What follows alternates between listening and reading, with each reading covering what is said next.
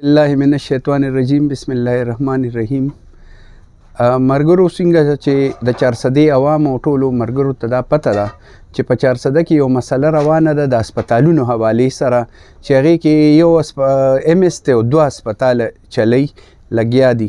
نو موږ په دې باندې مخکې احتجاج کړو او ټولو د ضلعي ټولو مشرانو او ټولو پاټو موږ سره د یکجهتۍ اظهار کړو د صحافیانو سره زمونږه. نو مونږ هغې دپاره یو ډیډلاین ورکړو خو په هغې باندې اوسه پورې څه عمل درآمد ونه شو. دا ډاکټر صاحب حوالې سره خو به ده ووایو چې دې دغه نامینیټ شوی دی د ټریننګ دپاره. د ده 4 میاشتې ټریننګ دی. دې سهار 8 بجې ځي او مازدیګر 4-5 بجې واپس راځي. تر هغې پورې جي دا هسپتالونه بېیارو مددګار پراته وي، لکه نه پکې څوک مشر شته نه پکې کشر شته. زمونږ بل ورځ ما یو ملګری دی، ما د رزړو هسپتال ته تللی، نو هغه راته دا خبره وکړه چې یاره زما بچی او دغه کې پروت او 3 غنټې جي یو کینولې دپاره کینوله م راوړې وه د بازار نه او یو 3 غنټې د هغې دپاره نرس نه وه او موږ ته چې بیا ویمې جوړې شوې نو بیا راغله نرس هغه ته کینوله ولګوله. نو چې د یو هسپتال اډمنسټریټر نی، هسپتال کې یو مشر نی، نو هغه خو بس شترې بې مهار دی چې چا څه چل وکړه او څه چل یې ونه کړه. باقي 400 کې زمونږ 2 MNA صاحبان دي او 3 دي که 4 زمونږ MPA صاحبان دي. زه به ده ووایم چې که د PTI هغې نه کوي نو خیر دی، خو زمونږ رور کشر شکیل بشیر په دې باندې په اسمبلی کې یو قرارداد هم جمع کړی، خو په هغې باندې ملا اوسه پورې څه پوه نه شو چې یاره هغې باندې څه چلو شو. نو زما ګیله د دې MPA صاحب نه هم ده څنګه چې لکه د دې نورو MPA او زه دا وایم چې دا 400 مسایل به څوک حل کوي. دې دپاره به چېرته د اسمان نه خلک راکوزیږي، دغه نه به راځي چې کوم زمونږ ملګري دي او کوم MPA MNA صاحبان دي، نو دوی چې دی نو دوی د سره په دې مسله باندې توجه نه ورکوي. نو په کار خو دا ده او سار به دې عوامو له دوی ځي.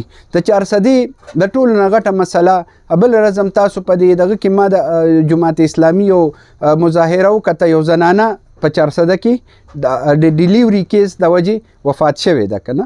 نو دا به کومې پورې رواني، کومې پورې به حکومت د درمې مظاهره کوي، کومې پورې به دا وایي چې یاره مې نه مانو.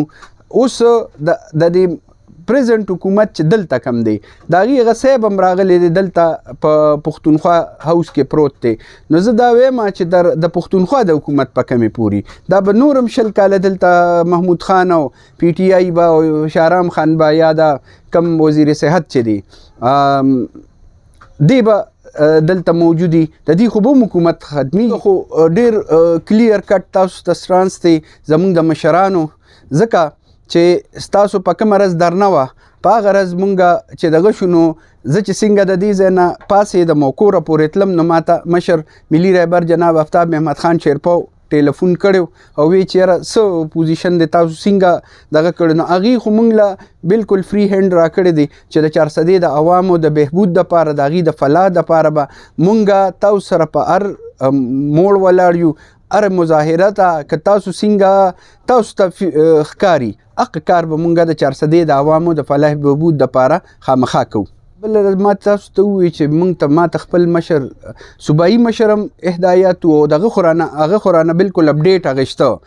هغوی مونږ ته دا ویلي دي چې تاسو به ټول خپل ملګري لکه د دې نه علاوه ما ته د نور چا پته نشته، خو زمونږ به انشاءالله ټول تحصیلونه ټول واډونه او چې څونه زمونږ سټرنث دی انشاءالله زمونږ به کوشش وي چې په دې معامله کې مونږ ټول راوباسو او تاسو سره بلکل شانه بشانه او د ورورولۍ او د 400 د عوامو د فلاح بهبود دپاره مونږ به یو قدم هم تاسو نه رستو نه یو، تاسو به رستو یې مونږ به مخکې وي. قومي وطن پارټي به انشاءالله مخکې وي او تاسو سره به ملګرتیا کوي.